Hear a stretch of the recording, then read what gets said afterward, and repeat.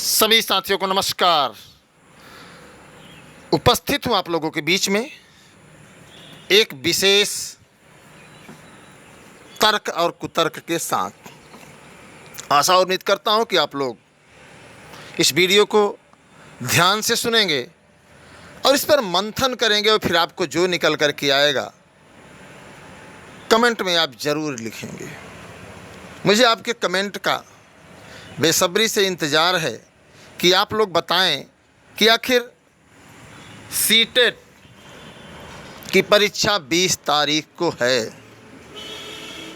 CTET ने 1 to 5, 6 to 8 के सभी प्रवेश पत्र जारी कर दिए हैं। साथ ही साथ बीपीएससी बिहार प्राथमिक शिक्षक भर्ती का भी प्रवेश पत्र आप लोगों के समक्ष बहुत जल्द हो जाएगा। अब सवाल इस बात का है, जो साथी अपना प्रवेश पत्र निकाल लिए हैं उनके लिए तो अच्छी बात है बीपीएससी का, जो नहीं निकाले हैं उनके लिए भी अच्छी बात है। अब सवाल इस बात का है कि आखिर ये लोग इतनी चालबाजी क्यों कर रहे हैं। जब सुप्रीम कोर्ट ने स्पष्ट रूप से बीएड को प्राथमिक से बाहर कर दिया है, प्राथमिक से बाहर निकाल दिया है, तो ऐसे में जब तक सरकार एनसीटीई इसके संबंध में कोई नोटिस नहीं जारी करती है, इसके संबंध में कोई स्पष्ट निर्णय नहीं लेता है, तो आखिर ये लोग क्यों गोल मटोल कर रहे हैं। तो पूरा मामला क्या है मित्रों,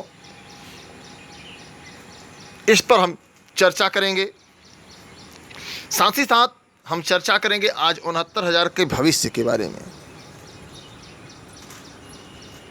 तो आप सब बहुत स्पष्ट रूप से इस वीडियो को ध्यान से सुन लीजिए। शायद हो सकता है कि आपको कुछ बातें समझ में आएँ। बहुत ज़्यादा तो मैं दावा नहीं कर सकता, लेकिन इतना ज़रूर कहूँगा कुछ बातें आपको ज़रूर समझ में आएंगी। देखिए मित्रों, सीटेट और बीपीएससी में आपने जो फार्म भरा है, अगर आप परीक्षा देंगे तो आपकी फीस वापस नहीं करनी पड़ेगी। आपने क्योंकि परीक्षा दिया है, आपने सरकार का उस परीक्षा संस्थान का जो मटेरियल था उसका इस्तेमाल कर लिया है। रिजल्ट आपके उपयोग में आए न आए वो बात की बात है। बीएड प्राथमिक में शामिल होगा नहीं होगा वो बात की बात है। लेकिन अगर आप परीक्षा में बैठ जाएंगे तो जो भी आपने फीस पेमेंट किया है परीक्षा देने को लेकर के, उस पर से आपका अधिकार समाप्त हो जाएगा। वो चाहे बीपीएससी से जुड़ा मामला हो, चाहे सीटेट से जुड़ा मामला हो। और यही इन अधिकारियों की चाल है कि देश के बेरोजगारों को लूट लिया जाए। वरना सुप्रीम कोर्ट का जैसे ही आदेश आया वैसे ही एनसीटी को, इन परीक्षा संस्थानों को स्पष्ट नोटिस जारी कर देना चाहिए कि हम बीएड को प्राथमिक में लेंगे अथवा नहीं लेंगे। सुप्रीम कोर्ट के आदेश का हम अनुपालन करेंगे अथवा नहीं करेंगे।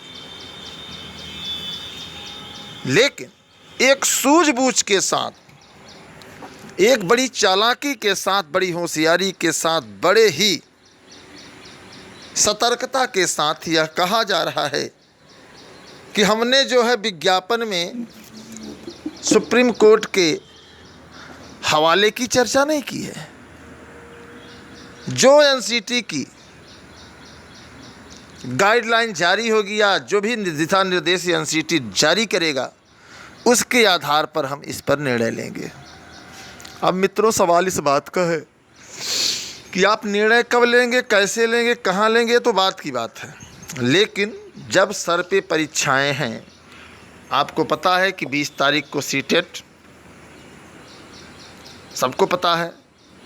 तो ऐसे में और 24 तारीख को बीपीएससी की परीक्षा है। तो ये लोग ये सोच रहे हैं, तब तक मामला उलझा हुआ है, स्पष्ट नहीं हो रहा है, तब तक इन बेरोजगारों के साथ लूट लपाट का मामला फाइनल कर लिया जाए। यह हमारे देश के लिए बहुत ही दुर्भाग्यपूर्ण होगा। ऐसे में जो भी साथी हैं, मैं चाहूँगा कि आप लोग ट्विटर के जरिए आज एनसीटी से स्थिति स्पष्ट करने की मांग करें। जितने भी साथी हैं, चाहे वो सीटेट में फार्म भरने वाले साथी हों, चाहे बीपीएससी के साथी हों, सभी से निवेदन है कि आप लोग ट्विटर हैंडल के जरिए एनसीटी से यह स्थिति स्पष्ट करने की मांग करिए कि स्थिति स्पष्ट करे जल्द। अगर सरकार रिव्यू पिटीशन डालती है, अगर सरकार पुनर्विचार याचिका के लिए आगे बढ़ती है, तब तो ठीक है, अन्यथा की स्थिति में एनसीटी को यह जवाब देना होगा। ये जो भर्ती संस्थान हैं, चाहे सीटेट हो चाहे बीपीएससी हो, इनको आपकी फ़ीस वापस करनी पड़ेगी अगर आप परीक्षा नहीं देते हैं तो, इस शर्त पर जब बीएड को प्राथमिक विद्यालयों में स्वीकार नहीं मतलब कि स्वीकृति शिक्षक बनने की नहीं होगी। साथ ही साथ मित्रों, 69,000 शिक्षक भर्ती का भविष्य है। देखिए, बहुत स्पष्ट आप लोगों से बताना चाहता हूँ मित्रों, कई साथियों ने रात भर फ़ोन करके बड़ा परेशान किया कि सर क्या होगा क्या नहीं होगा। हमने कई वकील साहब से पूछा, कुछ लोग कह रहे हैं कि ये 11 अगस्त 2023 से लागू होगा। तो इस गफलत को, इस गलत मैसेज को जो लोग फैलाते हैं, उनको इतनी भी तमीज़ नहीं है कि युवाओं के भविष्य के सामने खतरा मंडरा रहा हो और आप मन गढ़ंत अपने मन का जो है मैसेज वायरल कर देते हैं। देखिए, सच्चाई यही है, बाकी क्या होगा क्या नहीं होगा ये तो समय बताएगा। लेकिन अगर 28 जून 2018 का राजपत्र माननीय सुप्रीम कोर्ट से अस्वीकार कर दिया गया है, तो ऐसे में आप लोगों को समझने की ज़रूरत है। तो इतना तो हम आप समझदार ही हैं कि जो राजपत्र है, जो एनसीटी द्वारा बीएड के पीठ पर छुरा भोंकने की साजिश थी, वो 28 जून 2018 को तैयार की गई। अब 28 जून 2018 के ही आर्डर को, के ही राजपत्र को अगर अस्वीकार कर दिया जाए तो जाहिर सी बात है कि 69,000 सुरक्षित कैसे? क्या सरकार इनके लिए विशेष अध्यादेश लाएगी? ऐसा संभव नहीं है। जहाँ तक मेरा खुद का मानना है कि सरकार को बीएड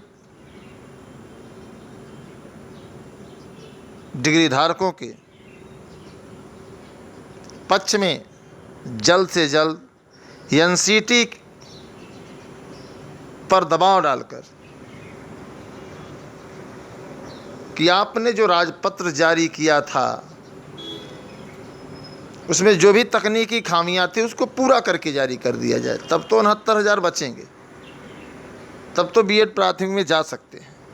अन्यथा की स्थिति में भाई सुप्रीम कोर्ट का आदेश तो है ही है, आप लोग जानते ही हैं कि सुप्रीम कोर्ट है, शिक्षा मित्रों ने अपनी नौकरी गंवा बैठी, पता है आप लोगों को। तो सुप्रीम कोर्ट के आदेश के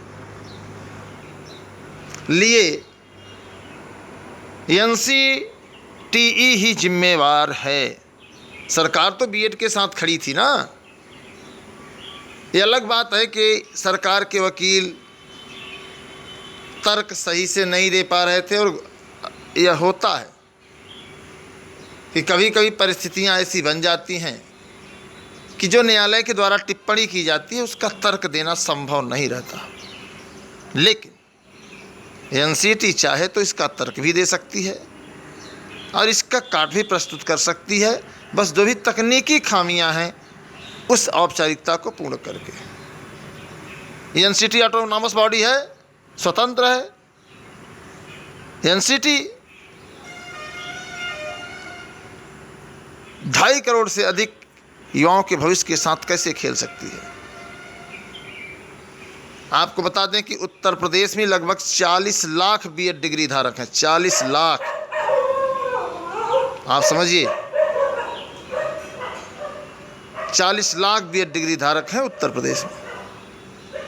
प्रत्येक वर्ष 1.5 लाख बीएड डिग्री धारक तैयार होते हैं उत्तर प्रदेश में। तो आप जोड़िए 2000 से लेकर अब तक कितनी भर्तियां हुई हैं। 2000 से लेकर के अब तक कितनी भर्तियां हुई हैं और कितने लोग बीएड किए होंगे। लगभग 40 लाख उत्तर प्रदेश में हैं।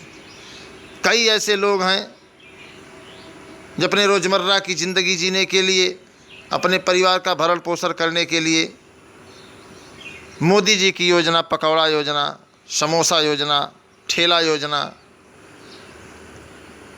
ई रिक्शा योजना, ठेलिया योजना, सफाई कर्मी योजना आदि में लगे हुए हैं।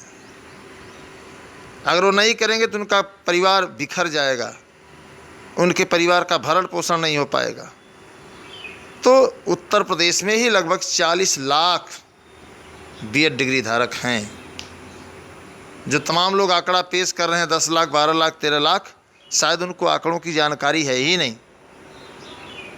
उनको आंकड़ों की जानकारी इसलिए नहीं है तो व्यवसायी लोग हैं, उनको किसी तरीके से छात्रों को गुमराह करना है। तो गुमराह करते रहें और आगे बढ़ते रहें।